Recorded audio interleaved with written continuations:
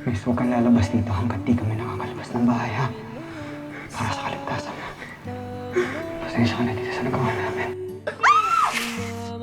Hindi ko nakita eh. Pasensya na ho. Pangako sa sarili, di na iibig pa Chelsea. muli. Sa tuwing Tiglas ka na. ikaw ay katabi, lagi akong Hindi ka lang pala hero ko. Hero ka rin ng maraming tao. As a thank you, I wanted to give you this. You're a good guy, Kidlat. pagdating sa iyo'y nahumaling, ang puso ko'y nakisla. Ako'y nagulat, hindi ko inasang damdamin pagmamahal muli. Isang kidlat mula sa iyong mga mata, ako'y napaibig Chelsea, mong wala na akong karapatan na suotin to. Dahil hindi kita naligtas. Hindi na ako ang hero mo. Sana mapatawad mo ako, Chelsea.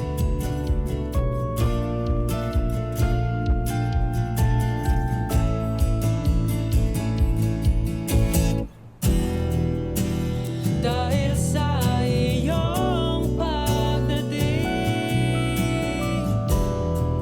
lumiwanag ang aking langit. Ako'y nagulat, hindi ko inasang damdamin magmamahal muli.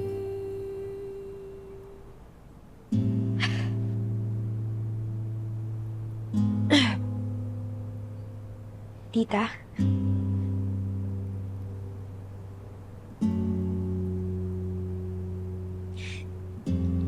Ako po si Butya. Ako po yung niligtas ng anak niyo sa kumbento. At ako po yung dahilan kung bakit nangyari ito sa kanya.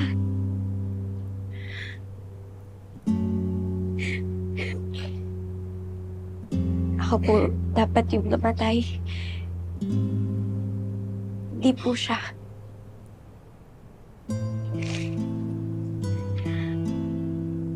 Napakabuti pong tao ng anak niyo. Kaya hindi na po deserve ito. Sorry po. Sorry po. Kilala ko ang anak ko. Alam kong marunong siyang pumili ng mga kaibigan niya. I have no doubt na naging mabuti ka sa kanya. That's why she loved you enough to save you. Kung po alam ko nung pwede kong gawin para makabawi sa lahat ng mga ginawa niya. Live your life. Gawin mo yung mga bagay na makakapagpasaya sa'yo. Alam kong magiging masaya rin ang anak ko pag yun ang nakita niya. Then her sacrifice will be more meaningful.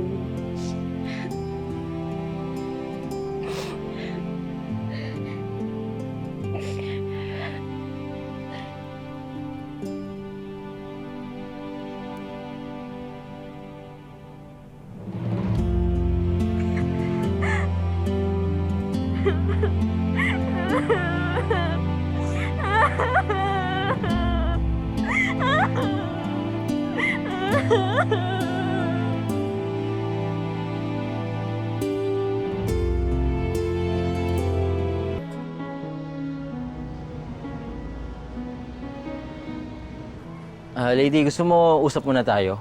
Kwentuhan, ganun, tambay. Pwede naman. Pagpag? Hmm. Saan? Basta, may alam akong lugar.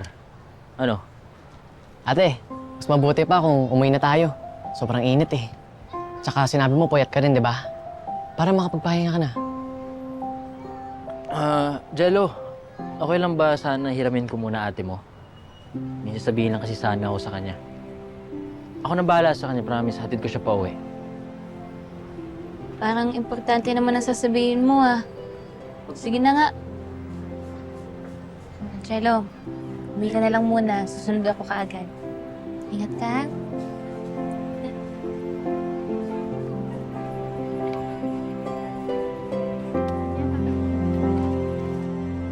Nabalitaan ko na may kinukupda kay Madre dito. Gusto ko sana tumulong. Amazing! Action man ka talaga, Mr. Victor.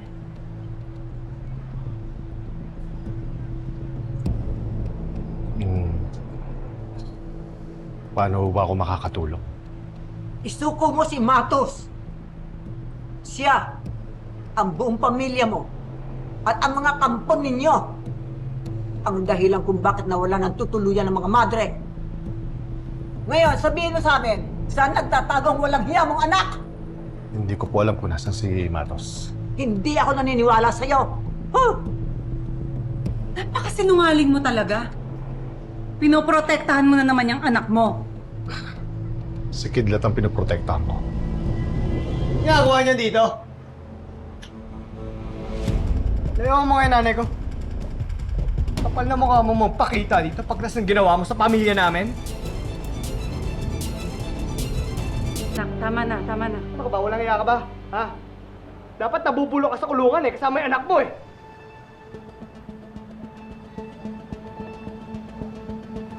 Wala akong kinalaman sa ginawa ni Matos. Nandito ako parte mo.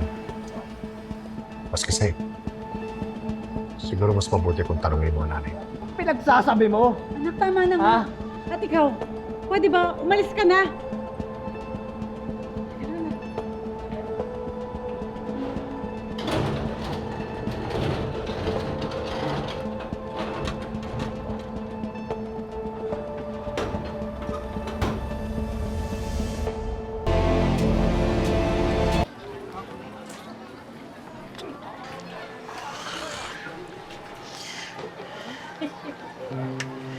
Kulot, tulungan mo ako, hindi ko maintindihan eh.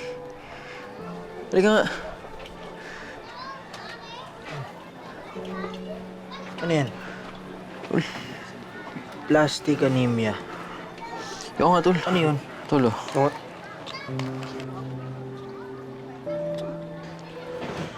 Sakit sa dugo. Very rare. Pwede daw mamuhay ng normal ang isang taong may sakit nito for a time. Pero eventually, lalala daw yung kondisyon, nakamamatay. Ayun, no? Bone marrow at advanced immunotherapy ang cure. Cure? Ibig sabihin may solusyon? Pwede pa gumaling? Tama? Eh, nakalagay dito. O sino ba may sakit? Wala. Salamat. Ako man talaga nasaktan nung nawala si Chelsea. Ano pa kaya to si Kidlat? Lahat naman tayo naging kaibigan ni Chelsea. Kaya nakapanghinay nangyari. Nakakapagod rin naman talaga. Kaya minsan, sa mga hamon ng buhay, hindi tayo pwede sugod ng sugod. Minsan, kailangan rin natin huminto para mag-isip. Iba nga dyan, sumusuko eh. Pwede magpahinga. Pero walang susuko. Pag nakabawi na tayo ng lakas natin, barkada gulan na ulit. Pero tol, pag sumuko na tayo ngayon, mas marami pang mabibiktima ng mga Victor. Tol.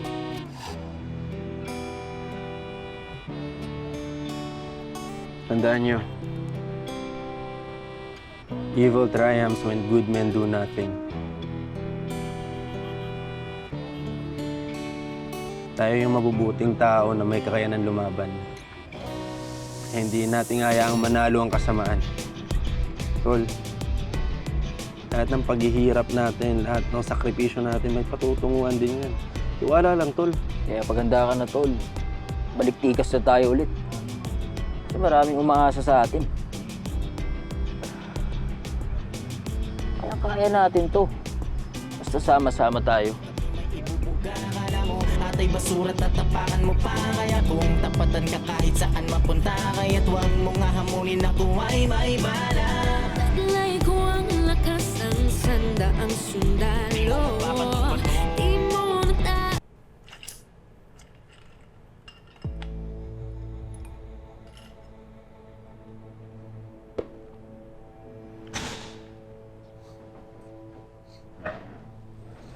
Dad, anong balita? Tulad ng inaasahan natin, pabalik na sila Kidlat kasama mga taga-Rines. Sa tingin ko pati yung mga madre, doon na rin nakatira. Sumugod na tayo dyan, boss. Hoy, tumigil ka. Masyado ka mainit sa pangkat, ha? Alam mo ba ang pagiging agresibo na uuwi sa pagiging bobo? Dad. Ha? Tigang ka ba sa gulo? Dad, it's not a bad idea. It is!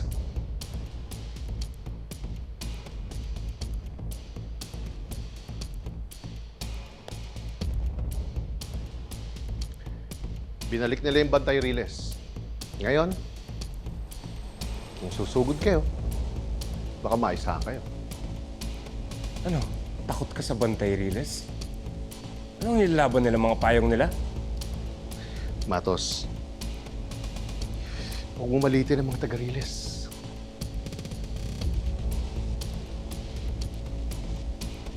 We'll stick to the plan. Magpalamig muna kayo. Intindihan mo? Naiintindihan mo! Argus, sumama ka muna sa akin.